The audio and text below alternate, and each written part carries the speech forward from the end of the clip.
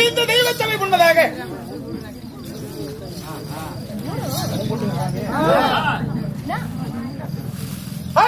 சகோதர சகோதரிகள்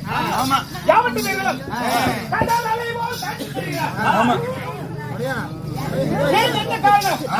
என்ன காரணமா பருப்பு காரணமா மூணுல போடணும் தப்பிக்கிறேன் ஏன்டா சொல்றீங்க போட்டுக்கிட்டு இந்த ஆறு அந்த கூத்து வச்சோம்